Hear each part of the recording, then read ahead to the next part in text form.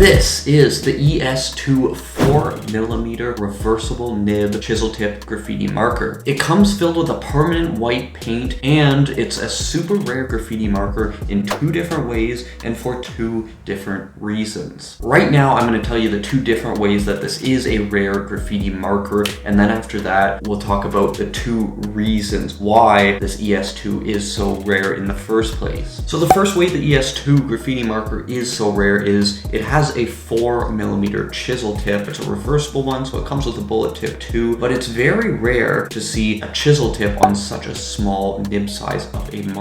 And the second and much more obvious way that it's a rare graffiti marker is that you don't see graffiti artists using it all that often. But if this really is one of the only 4mm chisel tip markers out there, you would think the rarity would make it a staple the same way that a Pentel Shorty White is a staple or a Uni PX30 Silver is sort of a staple for a lot of graffiti artists. And those questions bring us to why this is so rare. And I'm not only going to tell you the 2 reasons, I'm also going to show you why as we do a full surface tagging test. ES-2 graffiti marker on wood, glass, and of course those beautiful stickers, and really get a feel for how this marker performs as a true graffiti hand styling tool. So let's get right to it. So I knew as soon as I found this marker that it wasn't going to be the most common one. I stumbled upon it when I was putting together an order on an online graffiti site that I use. And the reason I thought it would be so rare was because you can't even buy this marker as a standalone marker. You essentially have to buy the marker in a sticker pack of Eggshell Stickers, hence the name ES-2 Eggshell Sticker 2 marker. So you have to buy this marker with a pack of 10 Eggshell Stickers. So I was able to get this marker obviously, but I did have to pay $12.39 Canadian before tax just to get the marker. So you can think of it this way. I basically had to pay $1 per eggshell sticker and still $2.39 for the marker itself. And on top of that, when I went back to the site, this product wasn't even there anymore. It sold out that fast. So naturally, I went to eggshellstickers.com to try and find it. Eggshell, that is the one free shoutout you're gonna get. Don't count on more freebies. And when I was on the Eggshell site, I did find a marker you could buy in a pack, but you could actually only buy it with a different set of stickers than these. And if you did order it from that site rather than a third-party supplier, you would be paying the international shipping, presumably unless you happen to live in Hong Kong. So whatever way you look at it, the first reason that this is such a rare graffiti marker is because it's so expensive and so hard to actually get. But that is why I took the L to buy one of these and test it out for you guys, so you can see if it's worth picking up before you spend your money on it. So let's get to the tagging test where we're going to hit off subscribers who have asked me for hit offs in a video, as well as the Patreon crew whose names are permanently on our hit off list here. And while we do that, I think you'll see the second reason that this is such a rare graffiti marker among normal sticker and graffiti artists.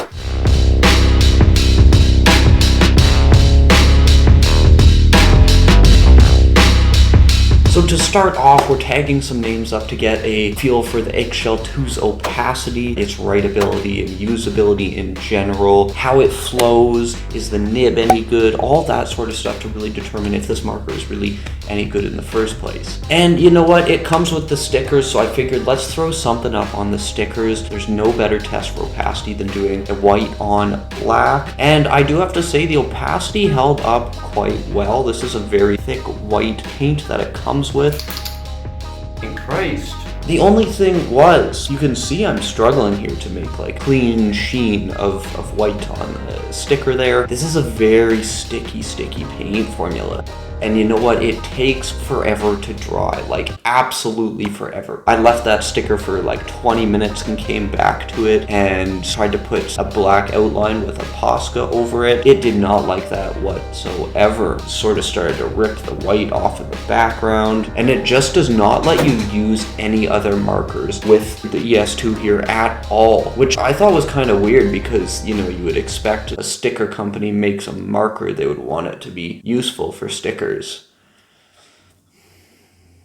But if there's one thing that test did show us, it is opaque. But we did move on, we tried it on wood, and this is where I really started to find that the stickiness was a problem. Not because it made it difficult to tag with, it's because it didn't flow well enough to handle a formula that sticky. Now, the nib seems fine. It seems like it's fraying, sort of falling apart, even with just minimal use on a few different smooth surfaces. So I don't think the nib's the highest quality, but it did feel comfortable enough to write with.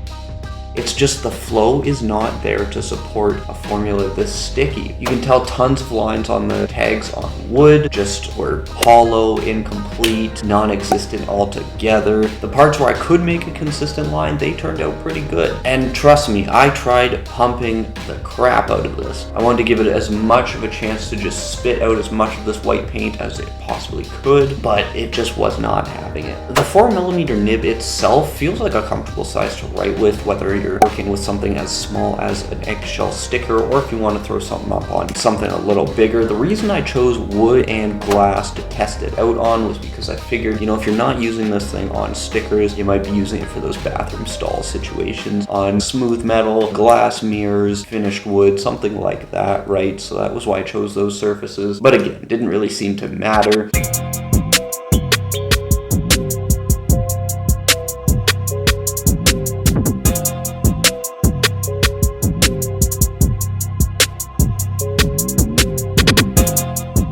After doing those tags on wood, I did try glass, but I wanted to try it on a flat surface. I figured maybe the flow just isn't working because this is designed to be used on a flat surface with, for some reason, no other markers. But unfortunately, you can see the results here on glass. Nothing particularly smooth about that. It's hard to make a solid line on glass just because it is such a slippery surface, but this is not what smooth flow looks like on glass. Anyone who has seen any of our other tests on glass, which there have been many, will know you can get better lines on glass than that. Come on. A few of the hit-offs on glass are pretty much missing entire lines, like the Volk 1 tag there. Shout out to Volk over on the Patreon crew. The whole tail of that K is just not even there. And there's just other ones like that, like you can't even get a consistent enough line to do each line of a letter in a tag, quite frankly. One thing I will say with the stickiness, I am really excited to see how this performs in a buff test. We do all our buff tests over on the Patreon page if you want to check it out there. It's $3 a month. You get your name permanently on the hit-off list for videos like this, and you get all the exclusive content, buff tests, and tutorials over there. So we will be doing a buff test to try this out.